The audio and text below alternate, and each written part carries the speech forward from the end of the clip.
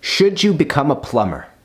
I'm Kenny Molotov, licensed plumber, professional magician, and entertainer. On this channel, I go through the ins and outs of my career in plumbing. I take you through a day in the life and we talk tools, theory, and mindset. I'm trying to give you an arsenal of knowledge and an online resource so you can take this trade head on and find yourself successful on the other end. Click subscribe, hit that bell notification, and let's talk pipes.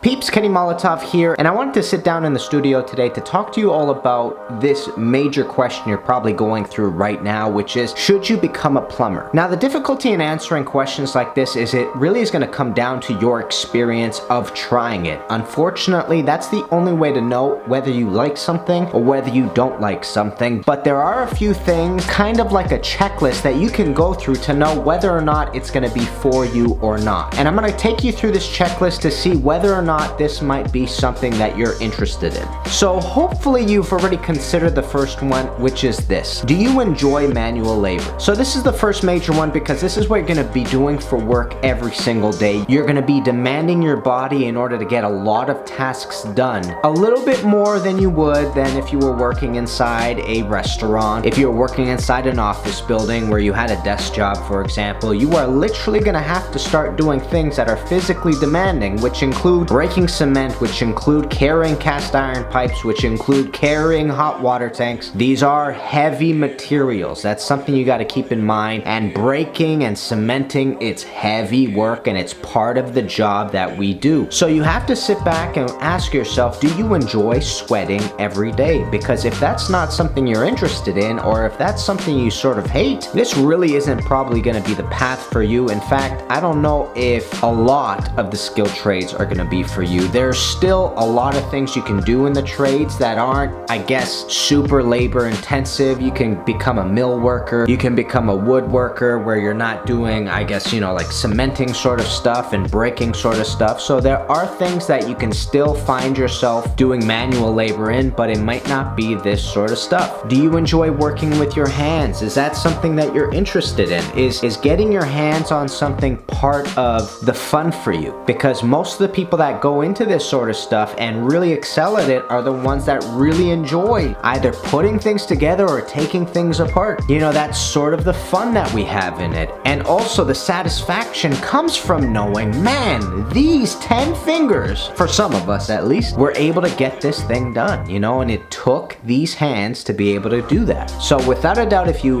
check that off your list, if you really do enjoy putting your body to work, then this is probably a step in the right direction for you. The second question I have for you is, do you mind getting your hands dirty? And I mean dirty in some very specific ways and some general ways. Obviously, you're dealing with plumbing, which means that from time to time, you're going to be dealing with situations where, it's not the cleanest, most sanitary of situations, but it's something that you have to get done. Obviously, I always recommend wearing gloves and wearing protective gear, and that's part of the trade as well.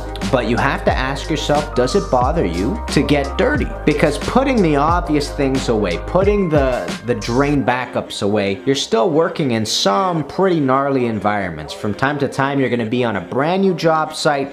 People are going to be cutting wood, so there's going to be sawdust everywhere. You're going to be drilling holes, which is going to be contributing to the mess. You're going to be walking around sometimes in dusty environments and this and that. And so if that is something you're really not interested in, or if that is something you're really repulsed by, this might be a difficult trade to get into. I've met people that are just very particular about cleanliness, and cleanliness is important, don't get me wrong. You can tell that they have a problem grabbing things that they consider to be dirty. And I mean dirty like it has grease on it, or dirty like it'll mark up your hands or whatnot. So if that's something you're uncomfortable about, this might not be the specific trade that's designed for you. Maybe you want something a little bit more clean, like working with electrical work or working in a woodworking shop. Maybe that might be more of an interest to you, but that's something to keep in mind. If it's an issue for you, you're gonna have a hard time, I guess, adjusting, at least at the beginning. I think it's something you can get better with for sure, but you gotta keep in mind that it's gonna be a little bit difficult at the beginning to sort of get your bearings down and be able to take on the work like other people that don't have a problem with it. And since we're on the topic of cleanliness, you sort of have to have a little bit of an iron stomach, depending on the type of of plumbing you go into. For example, if you go into service work, you're going to be called in for drain backups, and from time to time you're going to see what everybody's afraid of, which is poop. It's part of the game, it's what you have to do, and you know what, there's a little switch inside your mind that has to go off and say, you know what, let's get the work done, let's talk about this is going to be a funny story later. But that's something to keep in mind. So if you check that off the list and you don't have a problem with getting a little bit dirty, then let's move on to the third thing. The third thing for me is, do you enjoy project-based work? And what that means is that, do you enjoy something that you want to see come to fruition? Is that even a variable for you when it comes down to the type of work that you enjoy doing? Because a lot of people that are in the trades just really love seeing something start off in a rough position and turn into something finished at the end.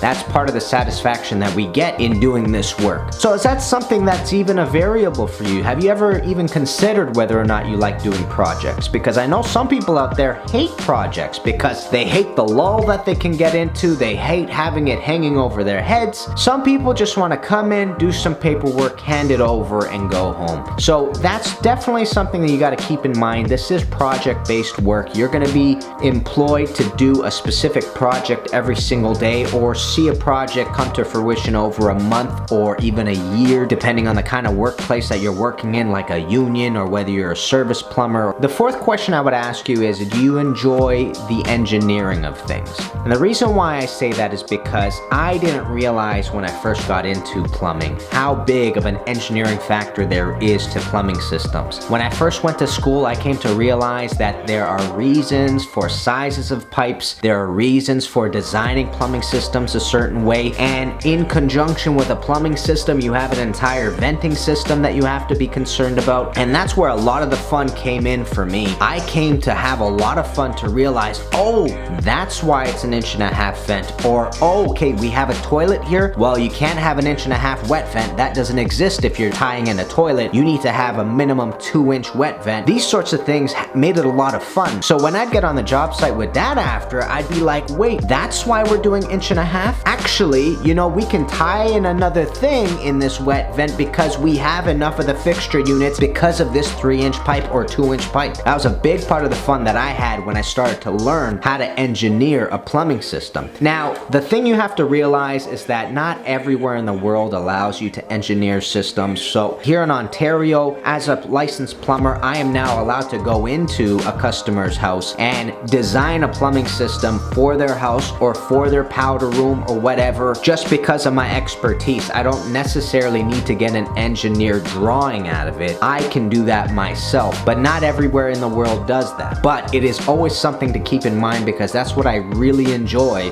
about the plumbing. It's trying to figure out, how can I make things work with the current variables that I'm dealing with? And the last one, number 5, is going to be, do you enjoy problem solving? This is going to be probably the major one that you're going to deal with on a day-to-day basis. You are being employed essentially for your problem solving abilities, in conjunction with your installation abilities as well, but it's a big variable. Especially as service plumbers, you're being called in to fix things. You're being called in to diagnose leaks, sometimes to ascertain why a hot water tank is acting the way it is. I mean, there's a large abundance of knowledge that you're eventually going to have in order to take on the problems that you're being encountered with. So that's something to keep in mind. Problem solving is a big deal in this career, and it's a lot of fun, and that's what we find fun about plumbing. It's trying to make something work, or trying to figure out why something's not working. That is a big part of what we do on a day-to-day basis. Like I said before, some people don't really enjoy that process. Some people find that very frustrating, and they think to themselves, man, you know what? I don't need this hassle. I don't mind working a different job with a less demanding expectation on the person there. But problem solving is going to be a major thing that comes into your life in this career and in the careers around the skilled trades. And that's what makes you valuable to your company and to your friends and family. So that's going to be a major part in what you do on a day-to-day basis. basis. So peeps, if you checked all those off your list, if you enjoy pushing your body, if you don't mind getting dirty, if you don't mind project-based work, if you enjoy engineering, and if you enjoy problem solving, then this